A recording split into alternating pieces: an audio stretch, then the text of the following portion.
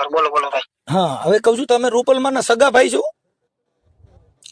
હા હા હા હા હવે મારું એવું હતું કે તમે આપણે જે કાંઈ છે ને મેટર એવી હતી કે તમારું એક છે ને આપણે ભાઈ પીઠા કોટડા વાળા તમે જે મામા મામા કયો છો હા આપણે શું નામ છે ઓલા વાણંદ સમાજમાંથી પારસભાઈ.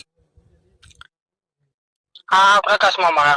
હા પારસભાઈ હવે એનું તમે કઈક ઓલું 17 તોલા સોનું ને એ બધું લીધું છે તો એને તમે દઈ દો ને તો એવું બધું હતું મેટર ને એમાં તમારી માથે કેસ થયો ને.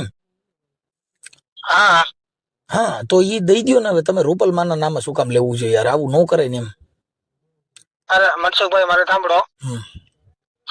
એમાં એમાં આમ જો મારે સાંભળો તો થોડુંક તમે ભાઈ તરીકે મોટા ભાઈ તરીકે આપણે કે એમાં સત્ય થોડુંક તમારે આમ જાણવાનું. હું તમને છે ને આખી ડિટેલમાં તમને વાત કરીશ. બરાબર આપણે હું તમને આખી ડિટેલમાં તમને છે ને હું વાત કરીશ. હું તમને આખી આખી આખી ડિટેલમાં તમને કહીશ હું વાત. ભાઈ રાજવીરભાઈ મારો કહેવાનો મિનિંગ એવો છે કે ભલે હાલો હું કહું છું રૂપલમાં ભલે દેવી રહ્યા પણ તમે એના નામે માનતા નવી છોકરાને માનતા નામે તમે પૈસા લીધા. હવે આજે 17 તોલા હોનું એટલે કેટલું થાય તમે વિચાર કરો અત્યારે 35 લાખ રૂપિયાનું થાય.